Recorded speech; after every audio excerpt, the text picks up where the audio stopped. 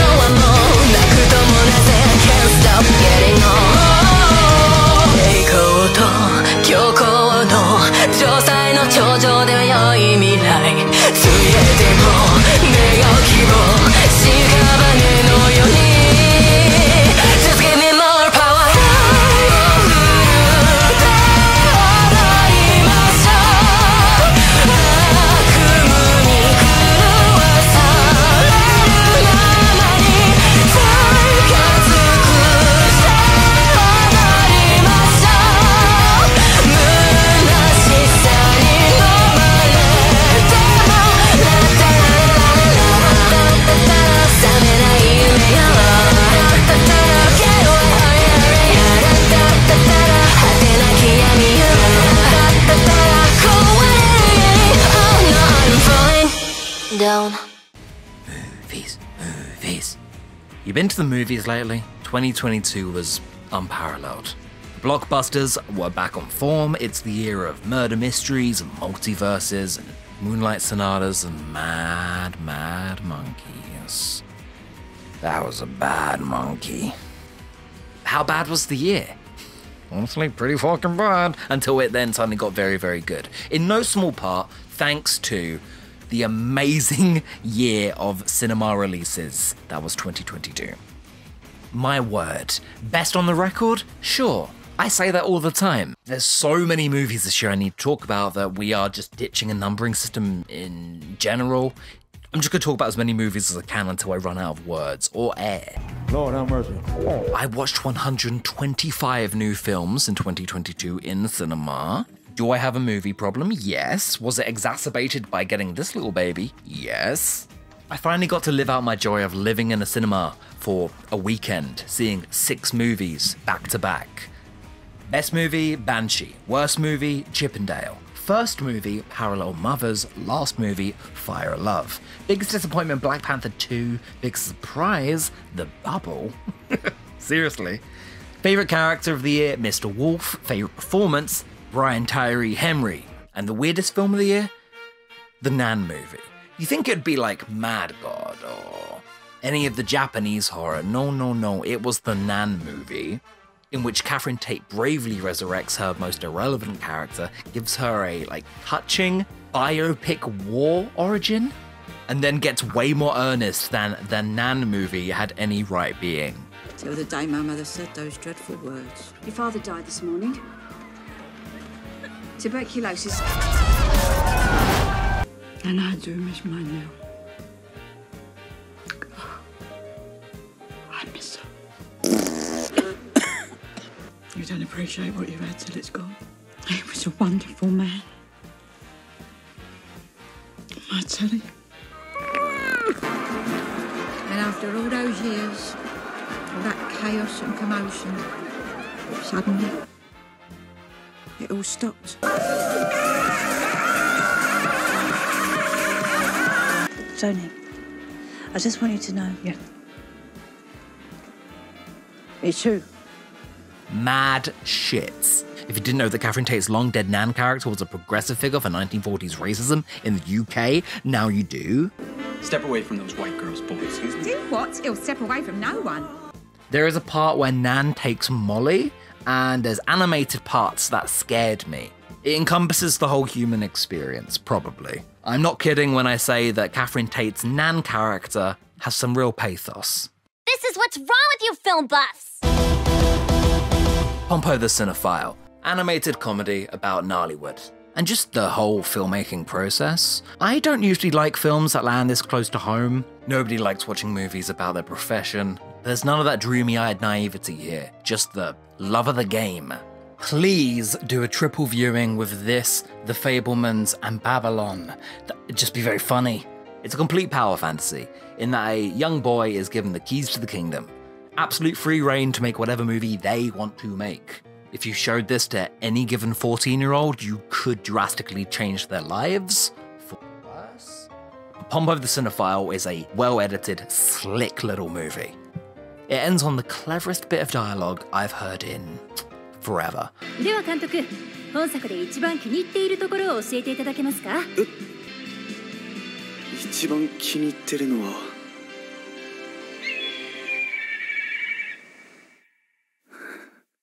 上映時間が90分ってところですね。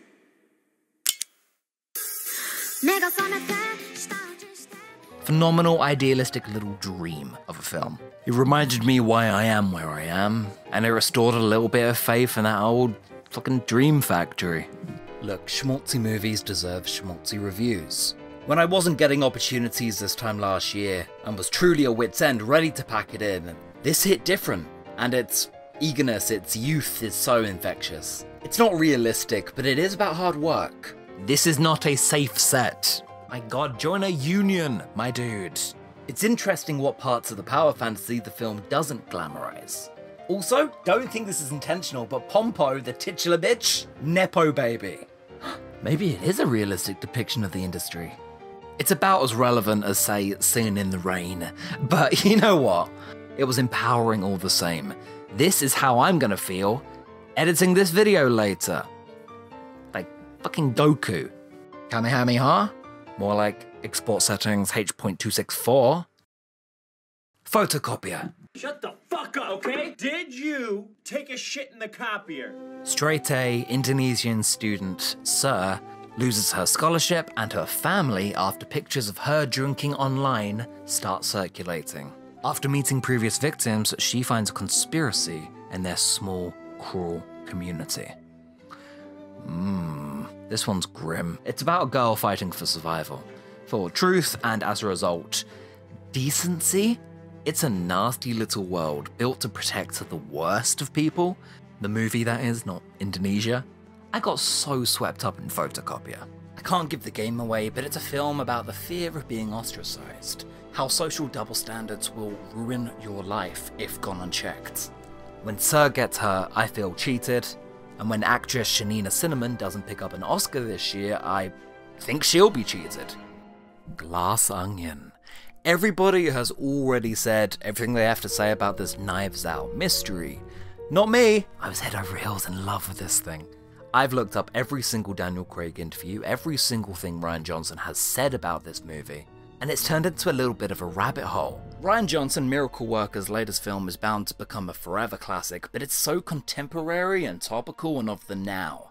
It's a film about everything wrong with the world now, in this specific tiny moment, even so far as being filmed during the COVID pandemic. A celebrity hit piece so on the ball that it's been vindicated in very specific ways since. It's near therapy. It's so satisfying. I want the third film to open with Benoit Blanc shooting Donald Trump dead in the street. Like, Rian Johnson has his finger so on the pulse, I don't know where we can go from here. I don't know what narrative subversions are left. If I could just have one wish, just one wish, it's to show this to Elon Musk in his home cinema theatre and watch him just cry and cry. There are evil people in the world beyond parody that need calling out here and now today in the biggest movie we can muster. If only I could be nearly as productive of all the hate and resentment I harbour. It's not a murder mystery, it's a diss track. This is a brilliant hybrid of 70s albums and, well, The Last of Sheila. But despite wearing its influences on its sleeve, it's a time capsule, I hope. So people in the future can feel and understand just how suffocating the 2020s were. Not just infuriating, but how pathetic they were to be a part of.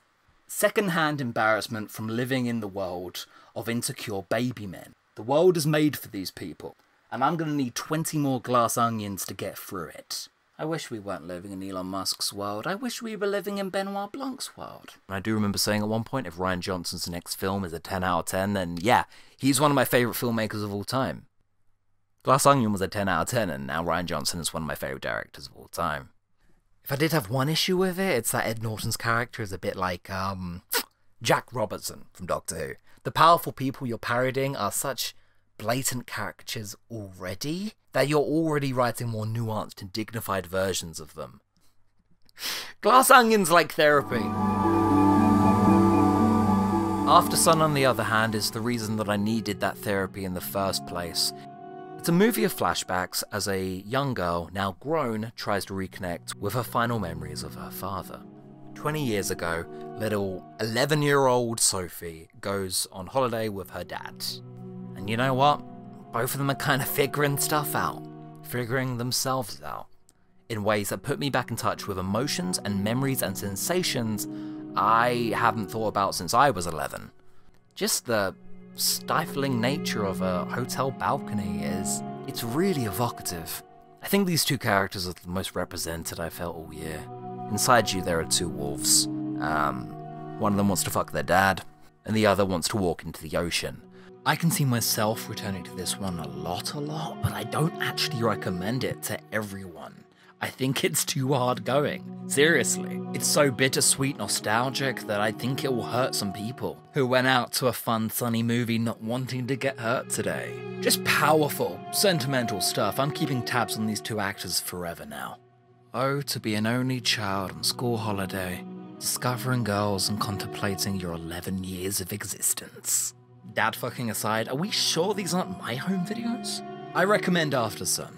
But then again, I also recommend Sertraline, so... I wish we could stay like this forever. The only things separating me and Ruth Wilson are the screen, and a little bit of an age gap, and redeeming qualities, and... True Things was my #1 film of the year for the vast majority of it. I had an existential crisis in the screening of this movie, and there's no joke there, either. It was actually quite ugly. But you know, the kind of existential crisis I could put in my favourite films of all time list and buy on Blu-ray and revisit. It's ongoing. To me, True Things is a film about how relentlessly boring the world is. How hollow and unsatisfying this thing we call adulthood is. It's probably a film for middle age, which doesn't bode well for me. It's a film where chasing even the littlest bit of life's flavour just lands you in more mundane cliches. Don't get me wrong, it's beautifully shot, beautifully acted. I want Ruth Wilson to kiss me, but that's unrelated. This is the role of a lifetime, and her and Tom Burke get across a very complex idea of coming to a certain age, still not having yourself figured out yet, but wanting more, in a world that offers no more surprises. It's tough putting my words into thoughts on this one, because for a large portion of the runtime, I just go despondent. Magnificent film. One of the decade's best, already. What the fuck is wrong with British film at the minute? Fucking throw us a Wallace and Gromit or something. Just for a change. I do go on a bit, don't I? With Bullet Train, you either love it on sight, or you're very annoyed by it. I understand both perspectives. It does walk the line and verge on being a cringy Deadpool movie. You could tell me Tarantino, Rodriguez, even Edgar Wright made this film, and I would probably believe you. I thought it was so exciting. Bullet Train is a top-down comedy of errors, where various mafioso and hitmen all board a bullet train, and end up in a battle royale. Of course it's exciting when new challengers can seemingly enter the movie at any points, and also can be any species. One of them was a bottle. A bottle is a crucial protagonist of this movie, and the fun beats like that just don't let up. This is how people probably felt when they saw Pulp Fiction for the first time. Whatever that movie's doing, that's styling. This is the movie that's styling. You can tell it comes from a novel, and I've actually got to read that because I'm sure that's the most fun novel ever written. But apart from a bit of dodgy CGI, Bullet Train is too inventive to get on my nerves. It's a tight-knit, well-structured, cleverly laid-out movie that's still very, very dumb. And that's fine. We take those. Childhood is having a cool Kino guy as your favourite actor.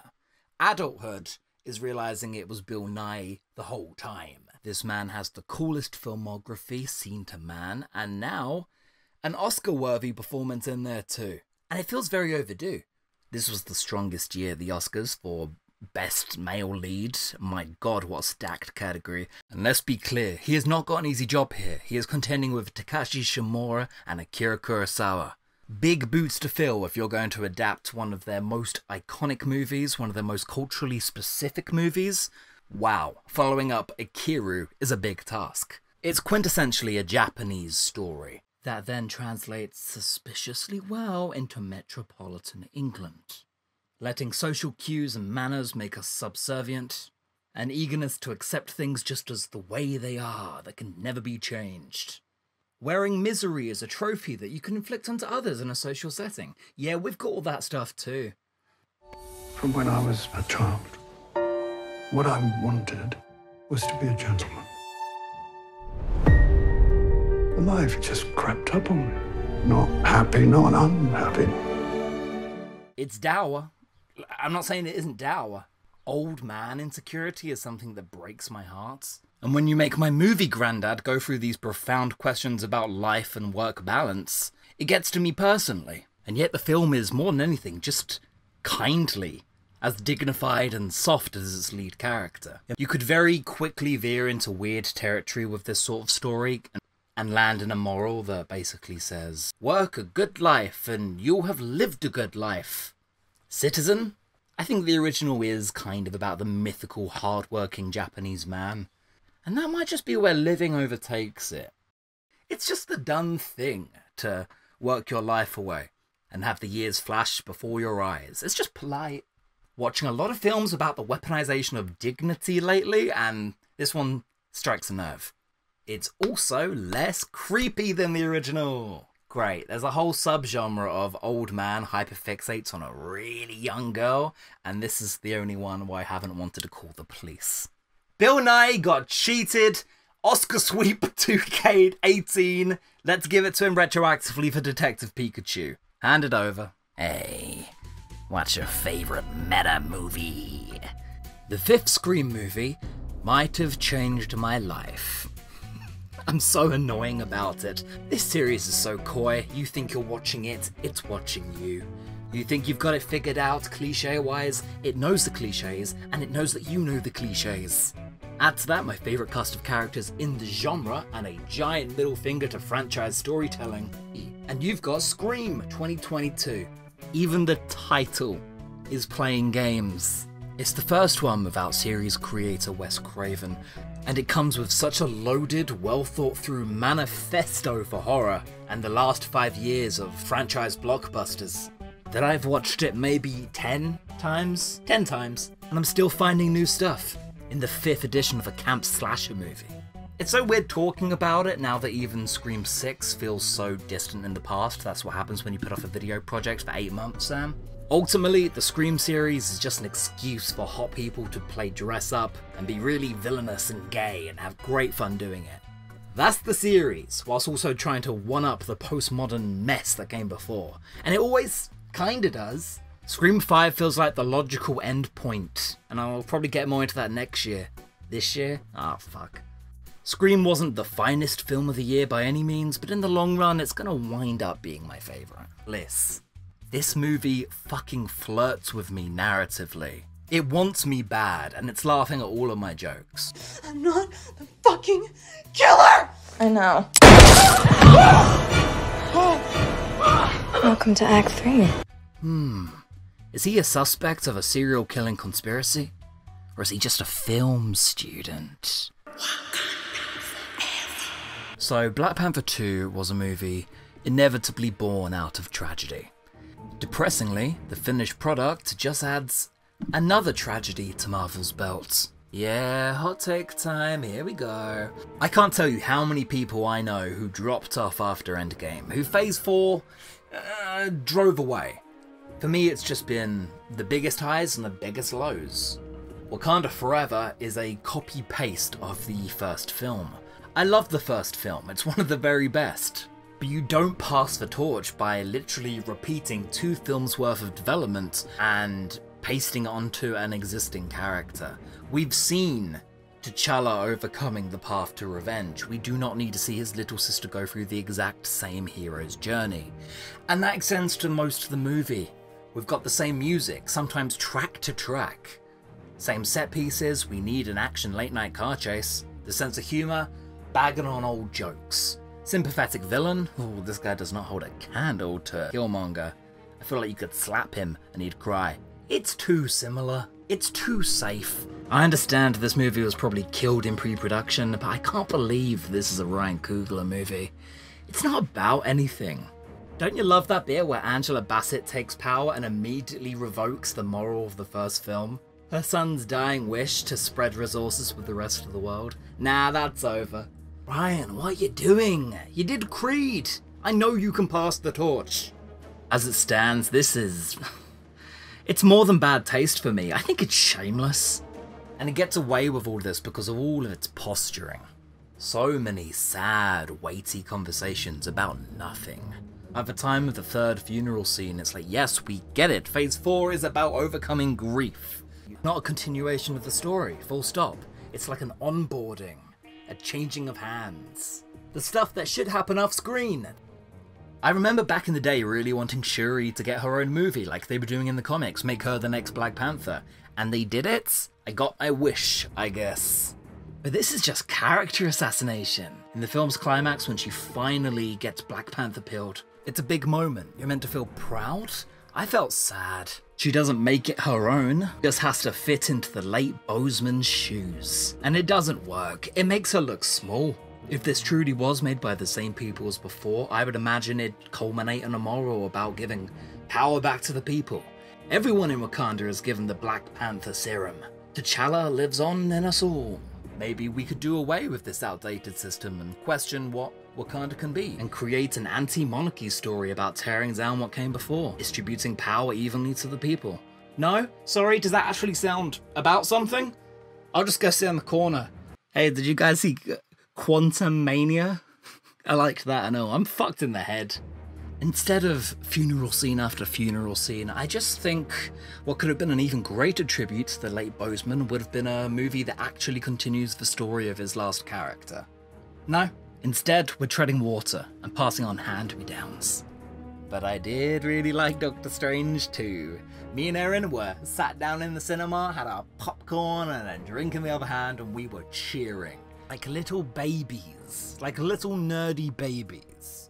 I know, it does me no favours, but Multiverse of Madness was the most fun I've had at the movies in forever. Sam Raimi, take the wheel! We're doing a superhero slasher film. Restraint? No, I don't think so. This film doesn't know what a creative constraint is. I spent 2022 trying to get my filthy little hands on this Rintra bit of merch, but instead I had to settle for the Shiragorath hoodie.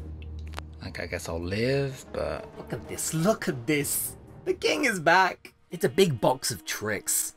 If you spend any amount of time online, you've probably heard some of the dumbest criticisms leveled at this movie imaginable, but all I heard was that fucking metal riff of the Doctor Strange theme when he came back as a ghost. A zombie ghost. Benedict Cumberbatch coming back as a Deadite and immediately putting on a pirate voice, that's the litmus test for movie fun. See? I can have fun. I'm fun. I'm fun. But don't worry, I'm not a Disney shill this year. Turning Red was also a massive disappointment. No, absolutely not. Pixar have really been, left to the dogs. I love family entertainment, but if I never have to see Disney sell another family hardship story, I'll be all the better for it. Mitchells vs. Machines, Encanto. The new commercially viable topic is family trauma. It's so cynical. Something that probably started off as minority voices joining the conversation and getting to put these stories out there about their own culturally specific upbringings. That's beautiful. And it's been perverted, because at this point, it's hardly a far cry from Fast and Furious, ringing the old family bell. It's incredibly universal and incredibly marketable. Turning Red, great premise. A coming-of-age Teen Wolf, sure. But here in 2022, it's just trying so hard, and nothing really sets it apart from other films of the same type. Is this all animation does now? Lots of its visual cues come from anime, but not like actual anime, like the West's parodied idea of what anime is, thanks South Park. Just incredibly ugly. The super expressionism in this like high-res animation style is just ugh. Even a kaiju finale doesn't really save this one for me. But hey, Erin liked it. Run and Gun. Run and Gun was like an anti-movie. This thing was so strange it has to be like sought out to be believed. Run and Gun is an Aussie crime film that then just evolves into an Auntie Donna skit at the midpoints. Minute 52, this rando damn cant just joins the film and holds it hostage till the end. Oi oi, let's have a little movie here. You don't mind if the movie's just about me now, do you? Okay, so like a couple things about me. I love my waifus. Bro, I didn't ask. I love the Mandela effect. I'm going to tell you at great lengths about the Mandela effect. I don't think I've ever seen a more Reddit-brained movie in my life. Genuinely unhinged. Almost a movie. Almost a movie. An actual movie. Well, you're not going to like this one either. The Batman. The proverbial Batman. It took me 2 watches to appreciate. So that's a lot of hours invested already. I found that it was too similar in certain ways to my favourite Batman stories. It rips off a lot from the Telltale seasons, in what is still kind of a Batman Begins retread. To me, doing a David Fincher approach to Batman just isn't different enough from Nolan's. Thematically, not much setting them apart either. It was Ben who made a fantastic point about it being a response to the message of Batman Begins that fear alone is not enough. It seems my deeply unwell coping mechanism has become a beacon of hope. Yeah, that's Batman. That's the character. It's not this profound adult observation. It's the basics that any kid understood watching the animated stuff from the get-go. Yet this film ends on it like it's this big momentous revelation. And listen, that'd be fine. It looks gorgeous if the movie just didn't take itself so deathly seriously. I just look lovingly back to my Blu-ray collection, Batman Ninja on Steelbook especially, and think to myself, are we not past this? It's not a very mature piece of art at all. Politically, incredibly naive. The big class commentary and the institutional corruption themes, that's set dressing. It's playing adult. It wants to wear the big boots, but won't actually do the real movie explorations of these themes to earn them. And there's a word for that. It's pretentious. I don't hate it. Some parts are inspired. I couldn't care less about Robert Pattinson in the main role. This was Colin Farrell's movie. I love the Falcones, but I don't like Batman reverence. And I preferred this movie back when it was called Spiral. Yeah, really. They are the same movie. Is that black enough for you? A documentary on the history of black cinema. Blaxploitation. Not a lot of it is new information, but it is comprehensive. Got even more information across than a module at university did. You hear the theme from Shaft like 5 times, and every single one of them it slaps. I liked how opinionated it was. He's not just telling you about black film history, he'll tell you about quite a large chunk of the white history too. It's like watching a comprehensive history of jazz, except every 10 minutes, a guy pops in and calls Quentin Tarantino a hack. If you don't know the extent of the subject already, it's an education, and it's oddly charming, because of the film fan approach. If Top Gun Maverick is military propaganda, then, you know, sign me up. Finally getting round to the original was drivel. It's mind-numbing, so poorly edited in a movie that is about nothing other than, well, montages. It's a soundtrack movie. It could basically be like a visual album. Top Gun Maverick is like an actual film. An actual meaty blockbuster that does everything a blockbuster is meant to do. A Tom Cruise thesis. And he schooled us. Joke's on me, Top Gun 2 was the most successful, beloved movie of the year, probably. The dialogue, clean. Every minute matters. Why are we out here playing games? You said to create a team, sir. There's your team. The dogfighting action up in those planes, revolutionary. You see these stunts that are actually pulling off. You hear these set anecdotes that remind you that Tom Cruise is an evil villain of a man who happens to be devoted to making very old-fashioned blockbusters. And we need to harness that power. We nod along, okay? And we pretend we know what Ethan Hunt is doing in every single Mission Impossible movie. There's one sequence where Maverick Sensei takes on all of the pilots in a dogfight, and that is the most anime thing I've seen in movies this year, including a lot of the anime movies, like Jujutsu Kaisen 0. Look, it's Jujutsu Kaisen. The monsters go like this. And the action goes like this.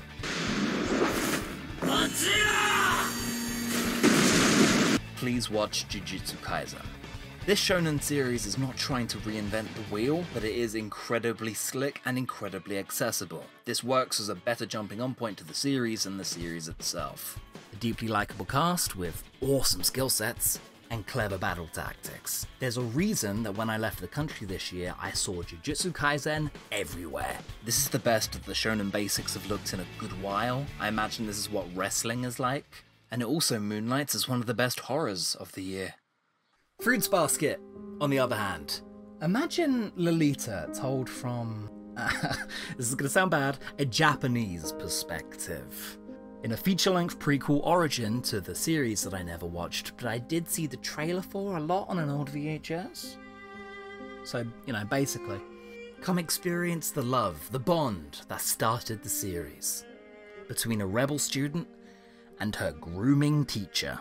In a year with so many tales about this very subject, this 1990 series shows its age. It's absolutely mad and a little bit depraved that I could still call this the most subtle romance of 2022.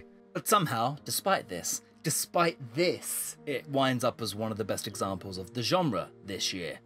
Should we move on? I would love to move on. Romantic anime series definitely are not beating the allegations with this one. As misguided as that aspect of the film is, it's fleshed out dark drama. And Kyoka lands as one of the most interesting characters I saw in the movies this year.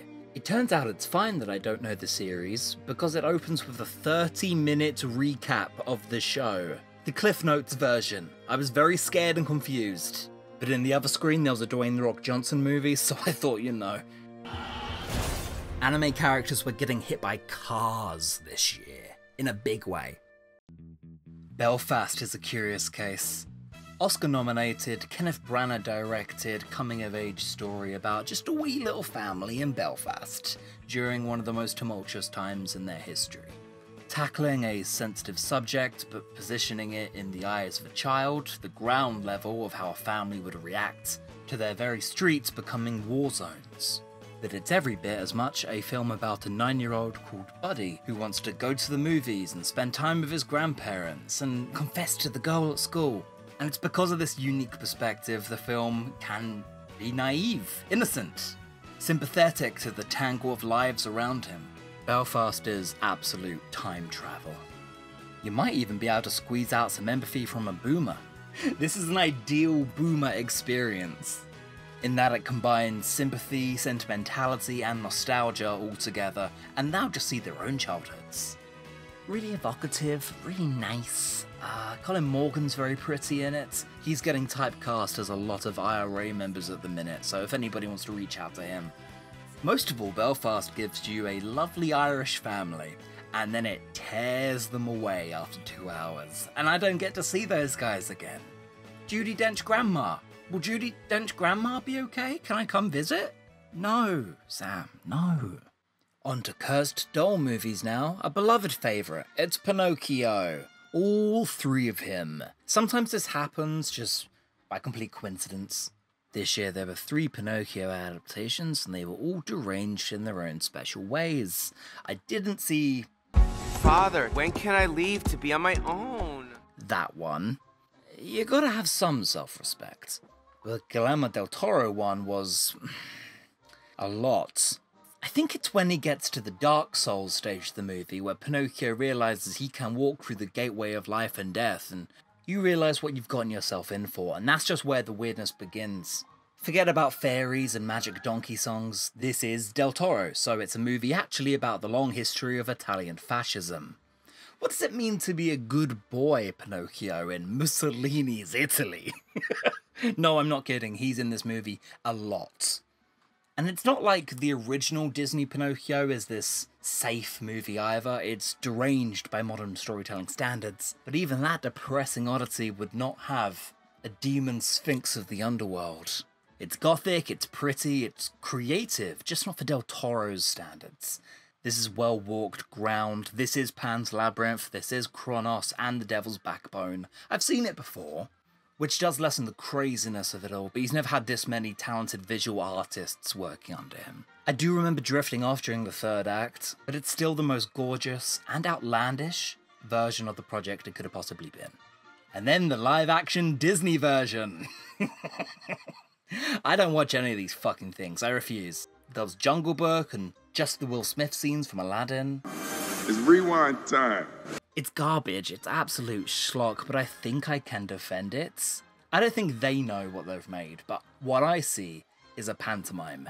Go with me here, I genuinely believe this. A Disney budget, straight to streaming, winter panto. It's loud, it's in your face, it's topical. They add a couple characters, they give Geppetto a song, you know?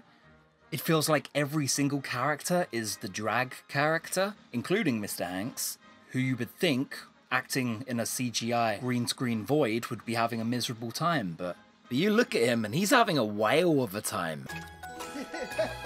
Dance! Can you dance, Pinocchio? Pinocchio, Pinocchio, holy Smokey-o, Pinocchio. A true Polar Express professional.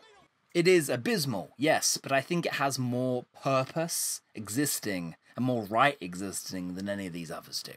Pinocchio and the other early age Disney, they're like cursed forbidden texts. So let's make a cursed modern movie. I'm serious. What the fuck is this? Why is he just examining doo-doo? Why is he here? This was always where Robert Zemeckis was going to end up. I'm still rooting for you, buddy. We're all rooting for you. Shoot him! No more Pinocchios.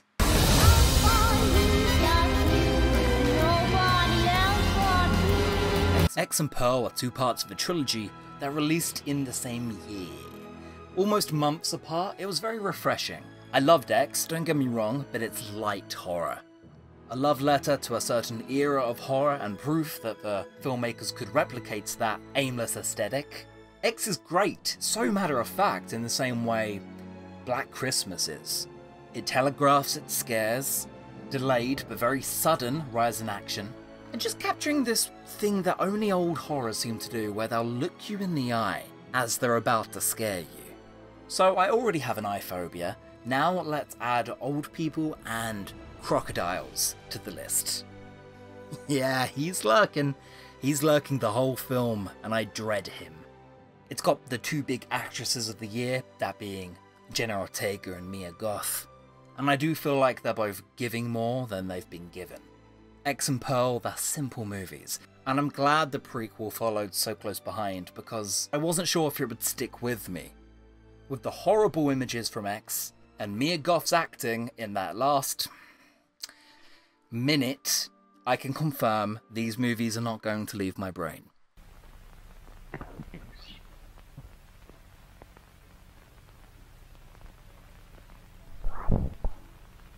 Okay, so we're watching Skinamarink. It hadn't reached the internet yet, we didn't know what it was about. Very lo-fi horror with no plot to speak of, just shots of the ceiling, the light from the TV, and under the bed, objects where they shouldn't be, discarded toys, empty hallways and liminal spaces, scary shadows on the walls, and Mummy asking you to stab her eyes out. For Skinamarink is slow cinema. You gotta be in the right mood to watch slow cinema, but it can have a drastic effect on you. Skinamarink accumulates visuals and vibes more than scenes. It's a hard sell, it sounds absolutely awful to pitch. And for a lot of the runtime, it is infuriating. I think this is a genuinely evil movie that's just been plucked right out of someone's subconscious.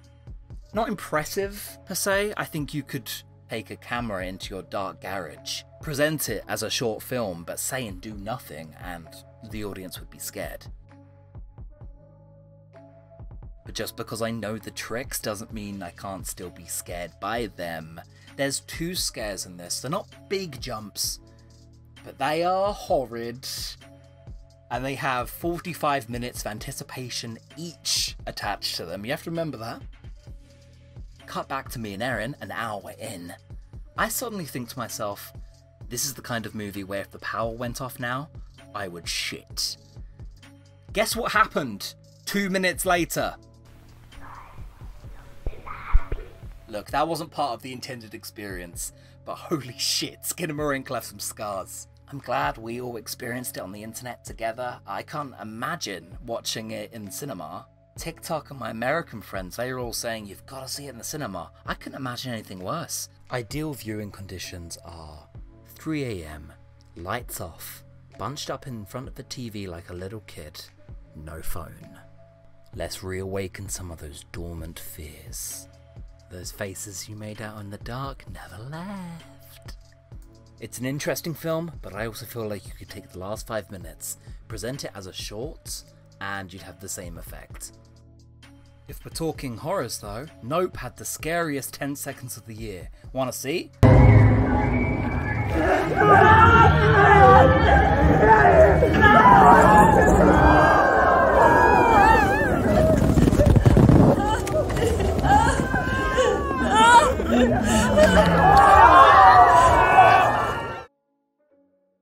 Yep, just as distressing as I remember. Still the most upsetting movie of the year, even when stuff like Chip and Dale Rescue Rangers came out.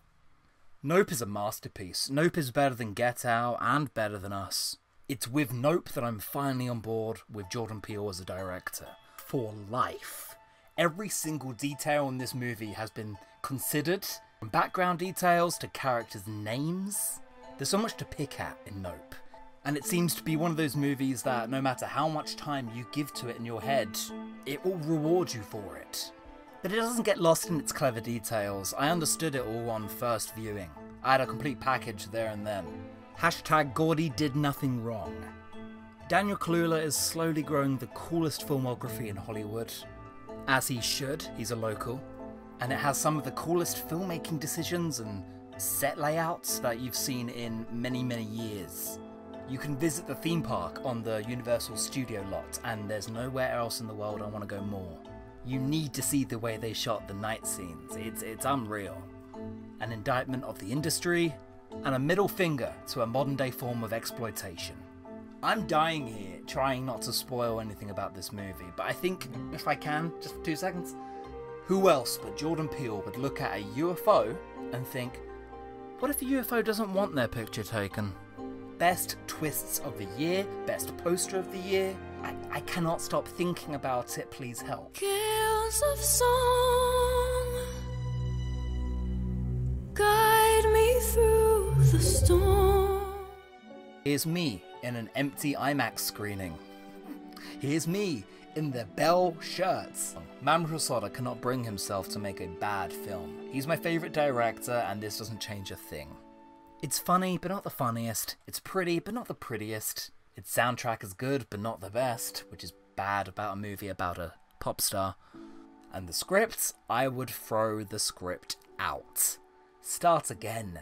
An anonymous high school student becomes a globally beloved singer on the virtual world of You. Whilst people are trying to uncover her identity, she's more curious than this mysterious beast, an angry avatar, on the run from moderators. Watch out, gamers, the villain in this movie has a sword that can dox you. A modern retelling of Beauty and the Beast for the TikTok generation. Sure, that's the intention, but it's so laboured. The story doesn't turn out to be romantic. So at its very core, I'm wondering what this story is going for. It's pretty iconography, but if you don't commit, it's emotionally confusing. You don't know what the film actually is committing to. I don't know if it just didn't translate that well, but this film swings for jokes a lot, and with a Japanese sense of humour doesn't really land them. It's clear that Mamoru Hosoda thinks there's some unfinished business with his earlier works. It looks like Super Flat Monogram. It has a virtual world, just like Summer Wars. In fact, exactly like Summer Wars, my favourite movie ever made, don't step to it. If Belle does orient itself in the final third act, it turns out it's a film focused on anonymity. It's interested in how we conduct ourselves online. Does a comment section have to be a toxic breeding ground, or through an internet parallel can you become your truest self? A social media fairy tale is a funny combination of words, but it's what we've got here. What in the 8th grade is this? This is just the day-to-day drama of being in a Discord group. Look, I'm obsessed. This pains me to be negative about. Many scenes are still remarkable, I still have the t-shirt and the Blu-ray, I just don't think it comes to a cohesive whole. But I look at other directors and this is still leagues above their worst films. So, we'll wait for the next project. Mirai 2. Now he's 40. The Northman is so elite. I can't think of any other words to say about it than prestige cinema. God, listen to me. Maybe I'm just showing my age, my gender, but quasi-historical tales about brute barbarian bastards with fantasy elements. Oh, this is a movie so unreasonably cool that it takes my least favourite trope in the world and makes The Chosen One interesting. A hero's journey where the hero is only a hero by Norse standards, and the journey itself was futile. It's less, take this, Chosen One, only you can fulfill the prophecy, and more gaming the prophecy, having to make sure the day, the situation, the context is right for the prophecy to come true. You've got to be in the right time and place, and in this film, being in the right time and place is going to the land of the man who butchered your father and stole your kingdom and raped your mother, and as a slave, as he waits out the days, waiting for his preordained revenge. It's gruesome and silly and incredibly badass. But most of all, it's just sad. It is a story of a sad little boy who questions whether the gods have forsaken him, even whilst fighting a skeleton man. Yeah, no, I think you're good on the Norse gods existing, my man. Amleth, you must not lay with your whore vixen mother. Willem Dafoe's head on a spike commands it. Sometimes a movie can just be two muscly naked men fighting in a volcano, and that's okay. I'm glad we sent Anna Taylor-Joy back to her natural habitat. Fun fact, for the latter half of 2022, I annoyed Erin by constantly speaking Pandoran to her. I can speak some Na'vi. I'm a bit rusty. Uel Nagati Kame. That's I see you. Connected as one, oh great mother wood sprite, we cry out, calling Oewa. God, I was annoying this year. I love these films. We saw them in 3D back in the cinema as they're meant to be seen, and they are breathtaking. Avatar 1 got an update. Took ages to install. And I was one of those that ended up seeing the sequel in the higher frame rate, which made all the CGI look like a QuickTime event for the fucking PS6.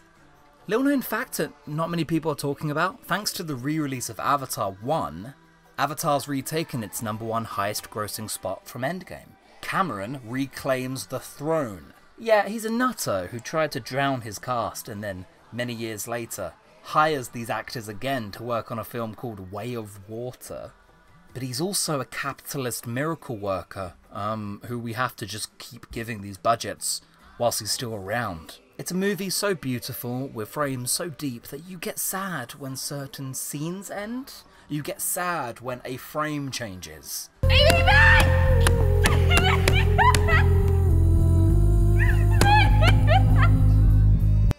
No, I genuinely wanted to bask in that shot for longer.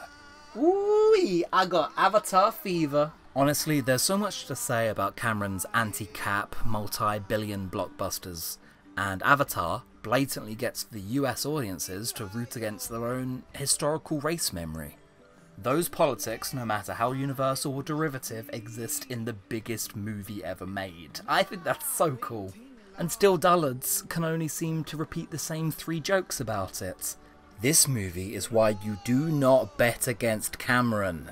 Bigger movie execs than us have tried. Let me swim around in the ocean and play with my whale friends. I don't just want to rewatch The Way of Water, I do want to live in it.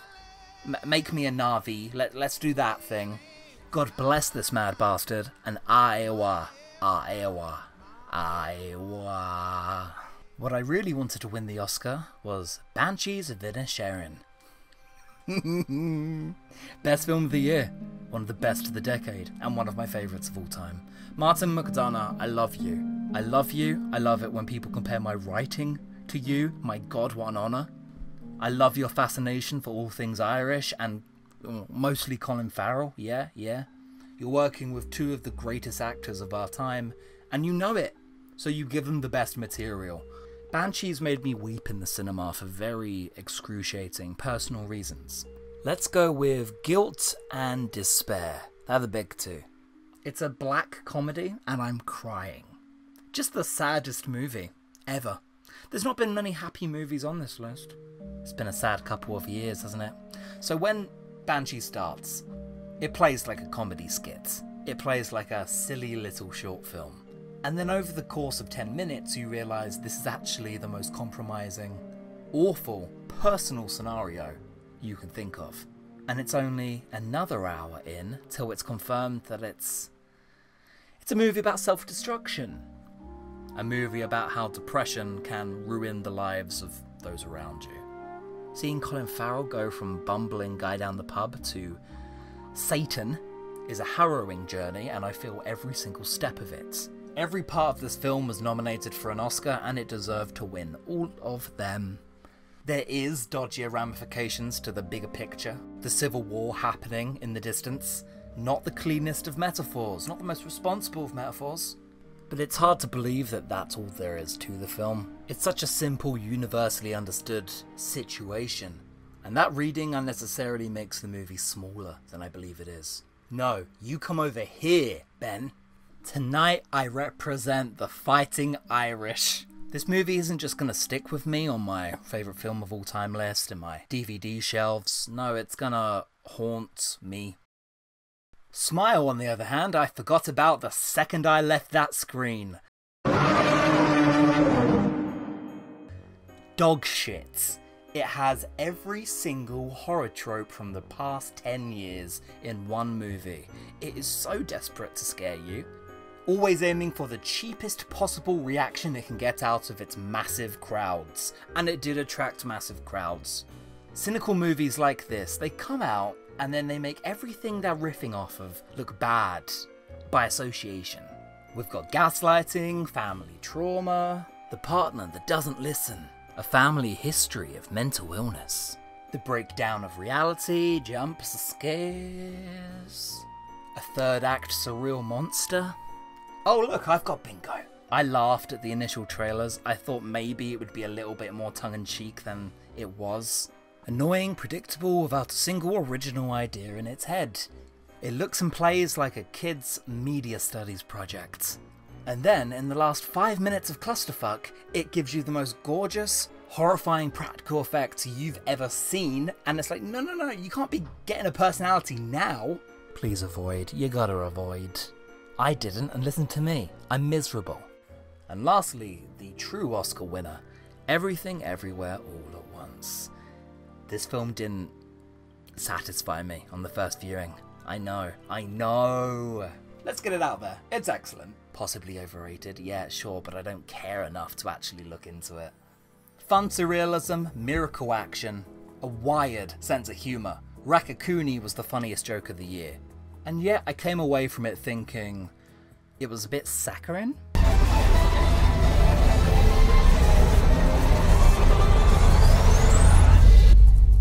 It went down a lot better second time round. Look guys, I used to be a big Scott Pilgrim fan too, okay, but we need other movies. But I think it's a bit too basic for the big philosophical questions the first 2 acts set up. I don't feel satisfied with the final answer of be nicer to people and love family. It's a good moral, but it's also the moral to everything ever made. Now, looking back, I've pulled my head out of my ass. I was in a better place on the rewatch, and I do now realise it's a high concept, action, sci-fi, martial arts movie. It doesn't have to have all the answers. It's still not got a profound or satisfying ending, but it's enough for the movie it was trying to be. I felt swamped by the existentialist dread of all of it on release. It was fun to be assaulted by it in the cinema, but it was also a big, convincing injection of nihilism. One that I'm not sure the film ever quite bounces back from. It's a little bit lol random in a Scott Pilgrim way, but technically it's a marvel. I don't begrudge anybody calling it their favourite of the year. Film Brain loved it. Diseased Sam Brain struggled. It's been an odd journey with this movie, but ultimately it's a ADHD masterpiece. Personally, after all the multiversal traversal we did at the movies this year, I hope we can just go back to calling them parallel worlds. Maybe 2023 has a new trend that we have not picked up on yet. Or maybe it's more of the same.